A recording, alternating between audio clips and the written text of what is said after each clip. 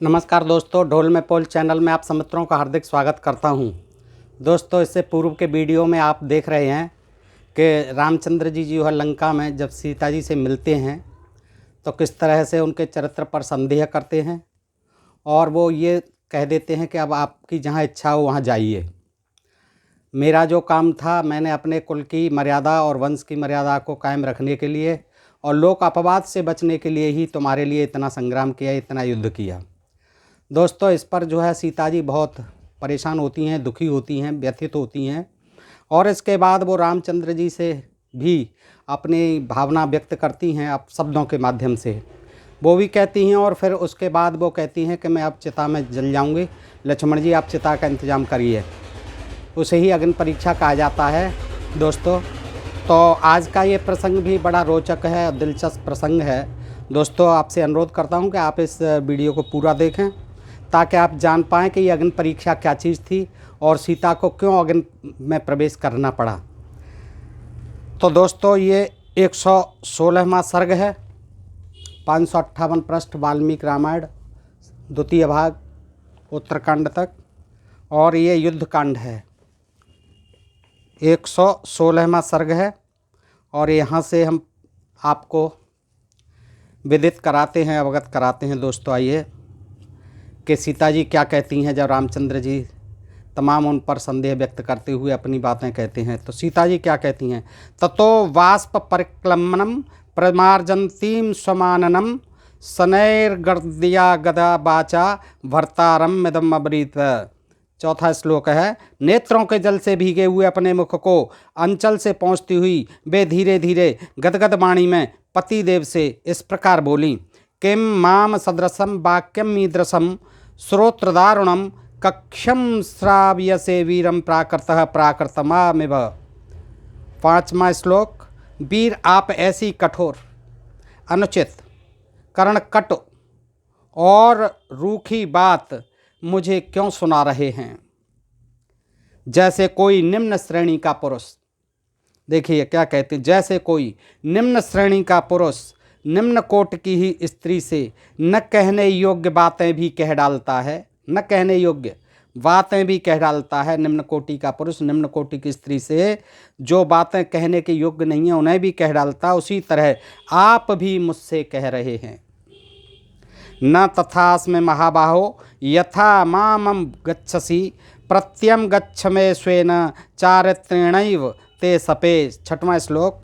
महाबाहो, आप मुझे अब जैसी समझते हैं वैसी मैं नहीं हूँ, मुझ पर विश्वास कीजिए।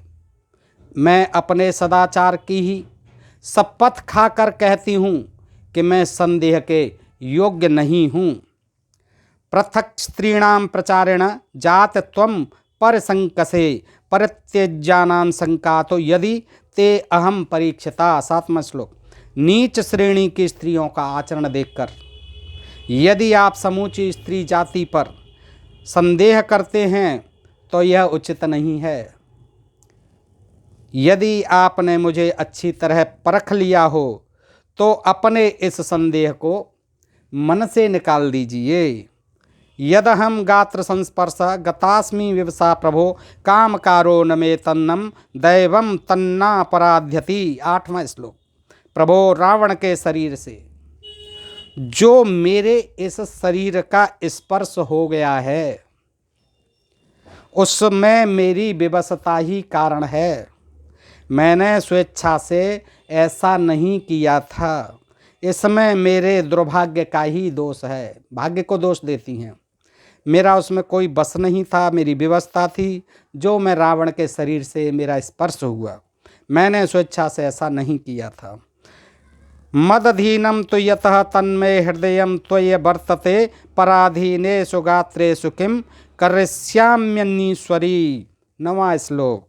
जो मेरे अधीन है वह मेरा हृदय सदा आप में ही लगा रहता है, उस पर दूसरा कोई अधिकार नहीं कर सकता।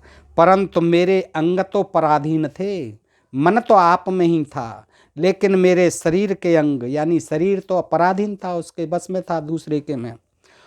उनका यदि दूसरे से स्पर्श हो गया शरीर का शरीर के अंगों का दूसरे से स्पर्श हो गया तो मैं विवश अबला क्या कर सकती थी। 9वां श्लोक, पृष्ठ 559, युद्धकांड 116वां सर्ग।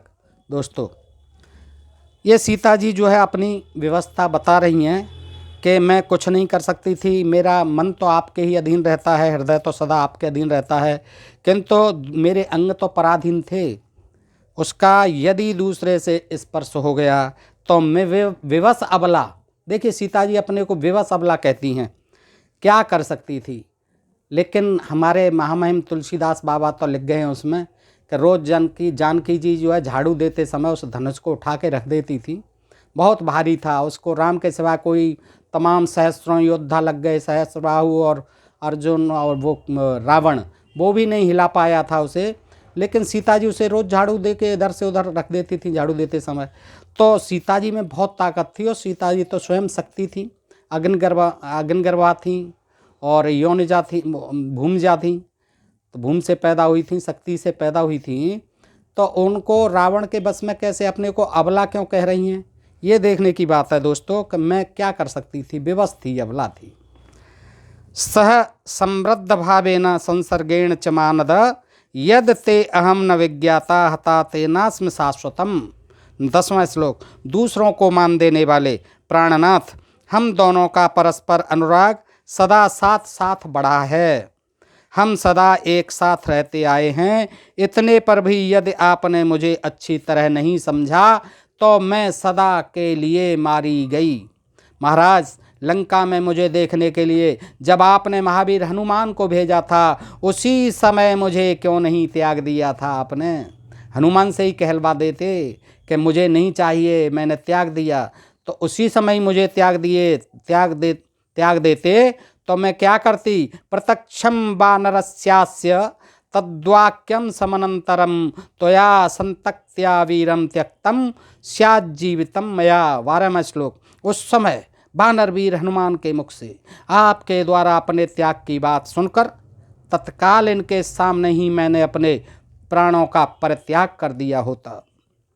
फिर इस प्रकार अपने जीवन को संकट में डालकर आपको यह युद्ध आदि का व्यर्थ परिश्रम नहीं करना पड़ता तथा आपके ये मित्र लोग भी अकारण कष्ट नहीं उठाते। श्लोक 13, त्वया तो नृपसादूलम रोषमेवानुवर्तता लघुनेव मनुष्येण स्त्री तुमेव पुरस्कृतम। 14वां श्लोक, नृप श्रेष्ठ, आपने ओछे मनुष्य की भांति केवल रोष का ही अनुसरण करके मेरे शील स्वभाव का विचार छोड़कर केवल निम्न कोट की स्त्रियों के स्वभाव को ही अपने सामने रखा है। मेरा स्वभाव बिसरा दिया आपने, मेरे शील स्वभाव को आपने छोड़ दिया और निम्न कोट की स्त्रियों के शील स्वभाव को सामने ला रहे हैं।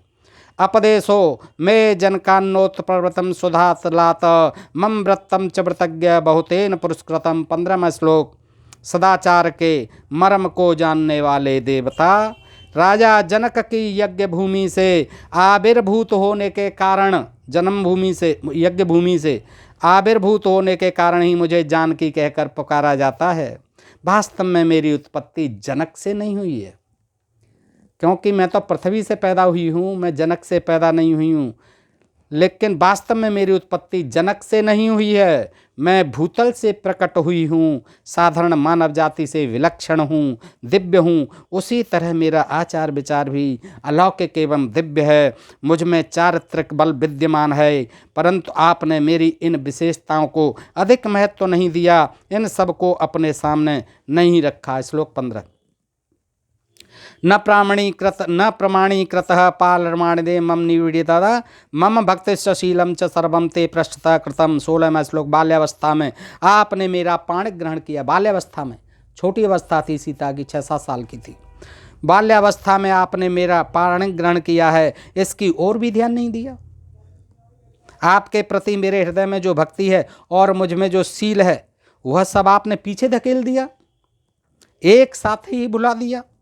इत्य ब्रुवंती रुदती बाष्पगदगद भाषणी उवाच लक्षणम सीताम दीनम ध्यान परायणम। 17वां श्लोक, इतना कहते कहते सीता का गला भर आया।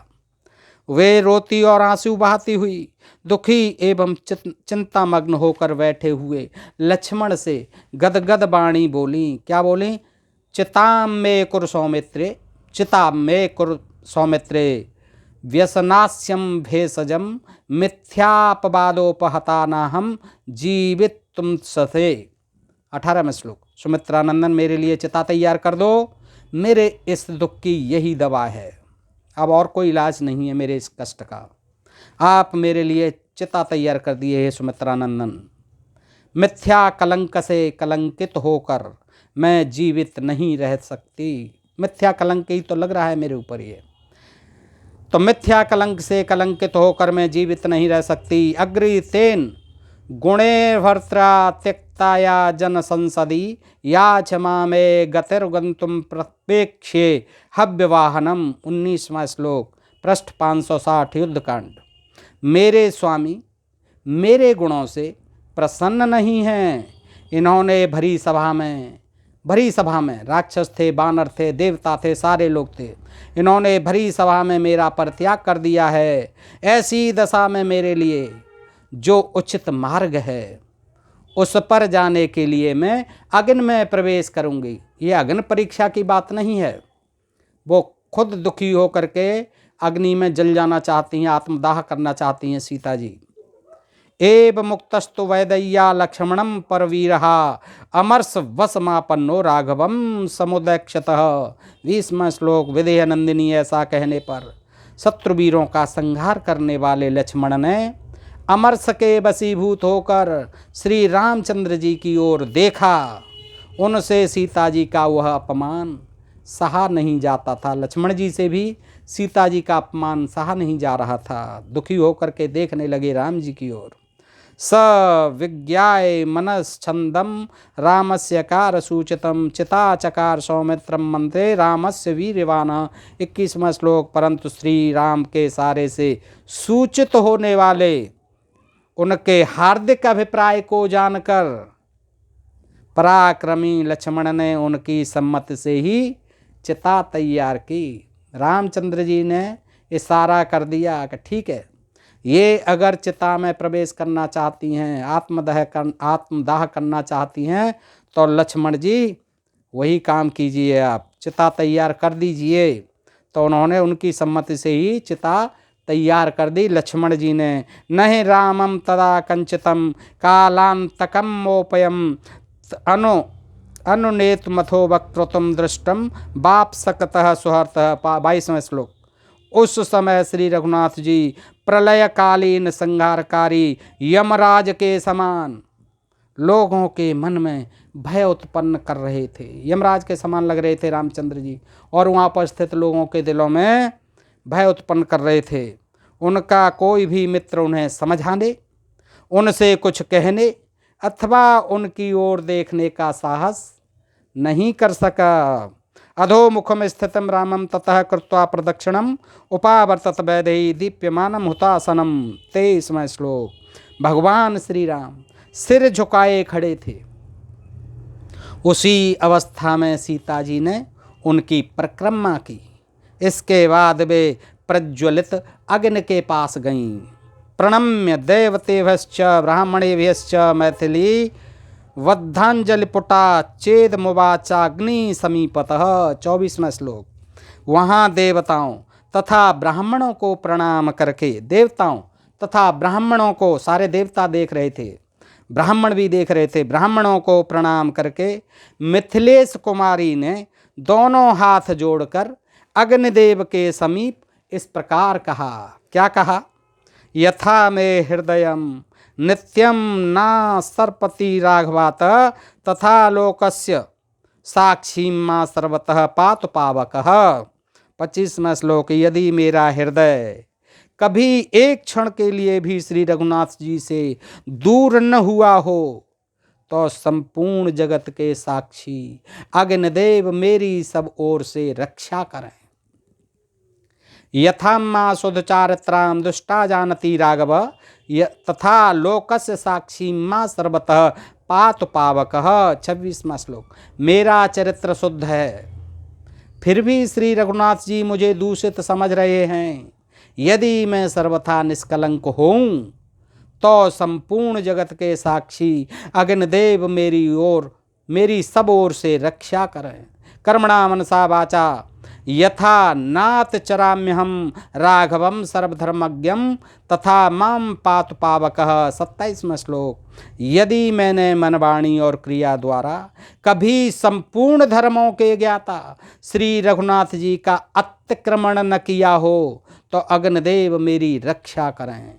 आदित्यो भगवान वायुर्दिशंद्राश्च अहश्चापि तथा संधे रात्रिश्च पृथ्वी तथा यथा निन्ये अपि विजानन्ति यथा चारित्र संयुताम। 28वां श्लोक। यदि भगवान सूर्य वायु दिशाएं चंद्रमा दिन रात दोनों संध्याएं पृथ्वी देवी तथा अन्य देवता भी मुझे शुद्ध चरित्र से युक्त जानते हों तो अग्निदेव मेरी सब ओर से रक्षा करें। एवं मुक्त्वा तु वैदेही परक्रम्यम हुतासनम विवेशम ज्वलनम दीप्तम निःशंके नात्मरात्मना। 29वां श्लोक। ऐसा कहकर विदेह राजकुमारी ने अग्निदेव की परिक्रमा की और निस्संक चित्त से उस प्रज्वलित अग्नि में समा गईं। जनश्च स्वहमंस्त्रात्रम बाल वृद्ध समाकुल ददर्श मैथिलीम दीप्ताम प्रविशंति हुतासनम। 30वां श्लोक। बालकों और वृद्धों से भरे हुए वहाँ के महान जन समुदाय ने उन दीप्तिमती मिथिलेश कुमारी को जलती आग में प्रवेश करते देखा। देखिए यहाँ ये देखने की बात है कि रामचंद्र जी ने जो बात कही थी उसके प्रतिक्रिया स्वरूप दुखी होकर के वो स्वयं जो है लक्ष्मण से कह करके चिता तैयार करें और इस कष्ट के निवारण के लिए इससे बड़ा कोई इलाज मेरे लिए नहीं हो सकता है कि अगर मैं गलत हूँ तो मैं अभी चिता में जल करके ख़त्म हो जाऊँगी, मर जाऊँगी।